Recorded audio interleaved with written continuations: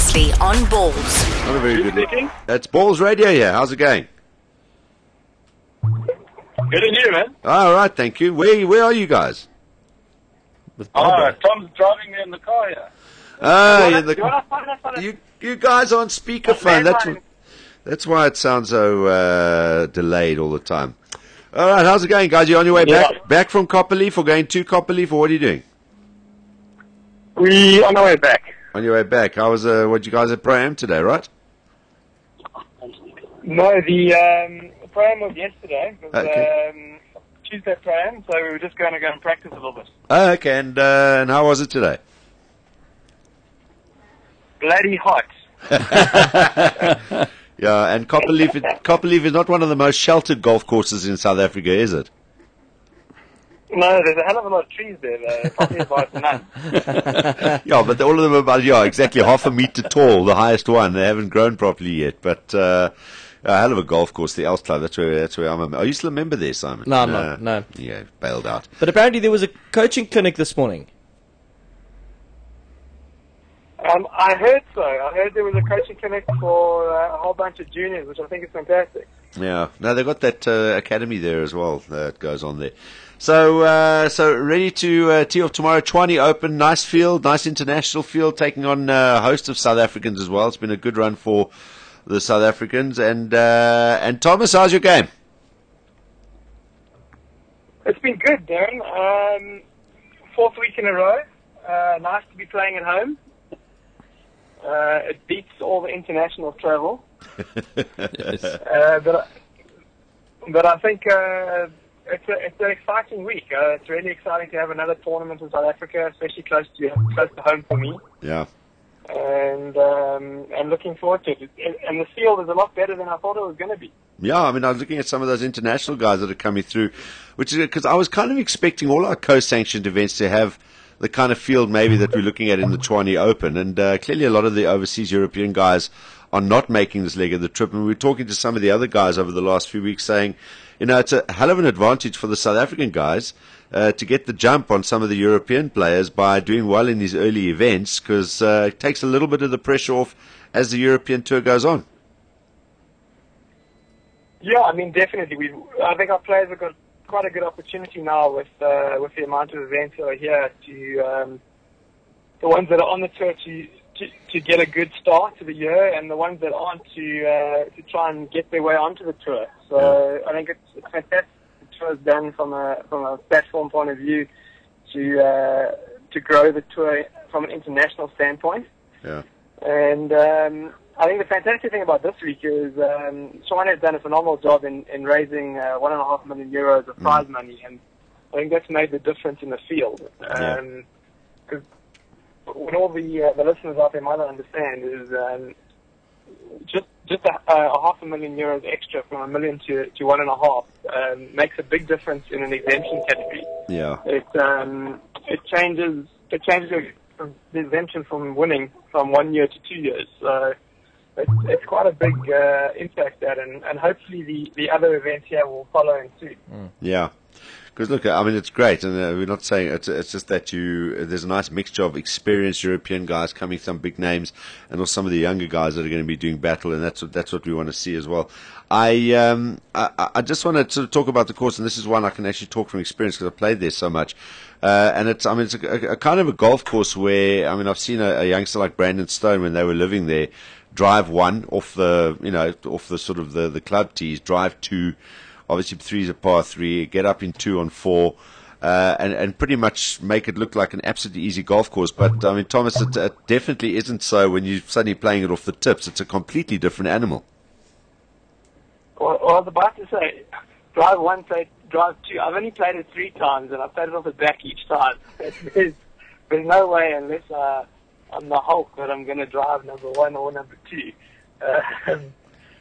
To give you an idea. Or if you take deer antler spray.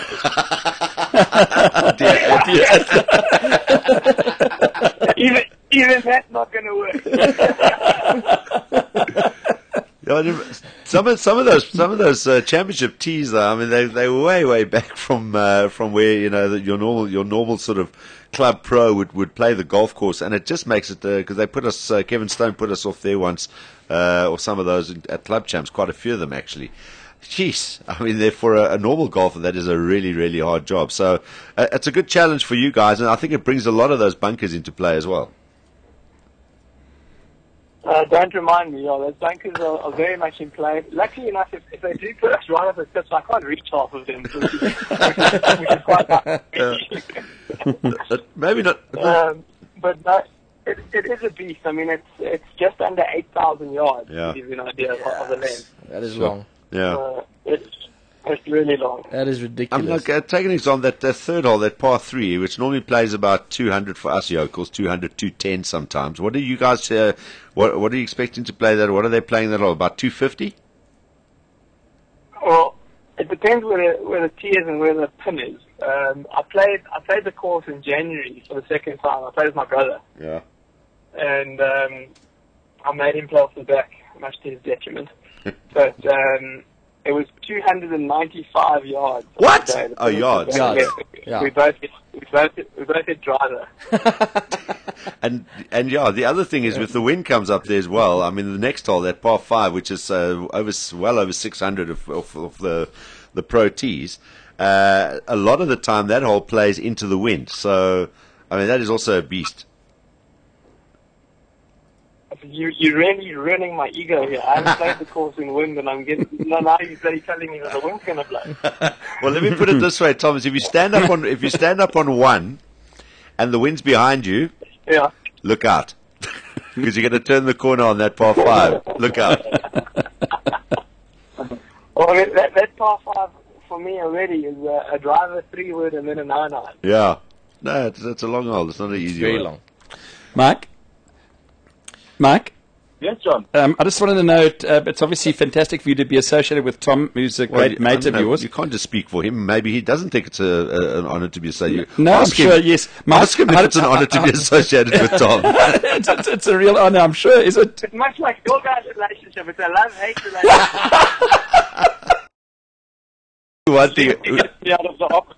I must just tell you one thing before we get to you, Mike, and that is, who was the caddy we spoke to? Whose caddy was it? Louis' caddy. Yeah, the ex-policeman. Yeah, I mean, what a character. And also a similar kind of relationship as well. I mean, when Louis phones us and says, listen, this guy failed his biker's license exam, so give him a hard time, and then winds the poor guy up. But, I believe you're a lawyer, Mike. I am, Darren, got my own practice, so it's good to get out of the office every now and then. Is that why? I mean, my partner sitting at my desk trying to sort everything out while I walk the golf course. Yeah, I was going to say, where does a lawyer ever get time with all those matters that are pending and the piles of paper that you guys must have on your desk and files and stuff, that you get time to go and caddy for Thomas? Yeah, well, I was in the office at 5 this morning till about lunch, and then we spent the afternoon on the course, so finding the time to do it, and I really love it. I used to caddy for Tom when I was a student, studying my law degree, so when the opportunity comes, take it. And by the hour, which profession is more profitable for you? Well, I tell you, if he wins this week, I might give up my law practice. There we go, yeah. Thomas, am I allowed to ask about that situation that you experienced in the USA, when apparently someone had stolen your passport or something and you were a wanted man? What was that? Is that... Where did you hear about this? Yeah, it's Wallet. What was the story here? What happened, Thomas? Can I ask? So anyway, I go. Mike was with me actually. Yeah. We were traveling on the States, and I go to the check-in counter at a Delta flight, and I hand my passport to the lady, and this lady starts looking at me funny, and I'm wondering why does it take me so long. Next second, there's about 5 security guards, TSA guards all around me. I'm going, this doesn't look good. And the red telephone rings on the wall behind her. I think, shit, what's going on now? And about 5 minutes later, she waves the security guards off and hands me my pass. I'm like, hold on, you're not getting away that easy. What's going on here? So she said to me, well, I'm not really allowed to tell you, sir. So I said, well, what do you mean you're not allowed to tell me? I mean, I've got 5 security guards with guns around me. you're looking at me as if I'm a bloody criminal, and now you're not telling me what's going on. So she goes, here's a number for Washington. I suggest you phone them, because otherwise you're going to get this at every single airport that you go to. Sure. So I phone the number and ask what the hell's going on. What had happened is, before we left for the States, my card got stolen while I was on the way to the U.S. Embassy. And my passport was in it and everything. Sure. And someone used my passport and committed a serious crime in the States with it. Jeez, And the guy had obviously the same name as me, so there was quite a bit of confusion there. But thank goodness it got sorted out, and there wasn't another Thunder case in the USA. Jeez, Sure, Thomas, that's hectic. what are the odds on that a guy who steals your passport? I mean, they must have been watching you then and following you. Because, I mean, it can't just be coincidence that he said, okay, I want to commit a crime, I'm going to steal someone's passport, unless he just adopted your name and decided and became Thomas Aiken. Well, I mean, they actually stole a car. We were playing Trendy on the way. I had all my documents in the car, so I was going to the embassy early the same morning. And they were watching us and everything we were playing touch rugby, and they stole the bag with all our car keys in it. And left a dummy decoy bag on the rugby field, which was exactly the same. And unfortunately for me, out of all the 6 car keys that were in the bag, my car was the only one to get stolen. Gee, if you don't mind me asking, what was the crime that was it? I mean, you don't have to say specifically, but was it like a major theft, burglary, murder? What was it? Oh, they wouldn't tell me that, but I presume it would have been pretty bad. Yeah. Well, look, I mean, one thing it wouldn't have been is any Al Qaeda operation, because I don't think it really does. The name doesn't fit Al Qaeda. Thomas Aiken, Al Qaeda. You're not in that pack of cards. All right. Well, listen, guys. It's always good to chat to you, Thomas. One final one from Simon. Yeah, I just want to say congrats, Thomas. I know we've spoken to you on Ballz Radio before, but I don't think we've spoken to you since you got married. So congratulations you got married on that. as well. Congrats. Well done, PGA Thomas. clap. Yeah. Well, thanks very much. No, it's been a good. It's been like 8 months now. Yeah.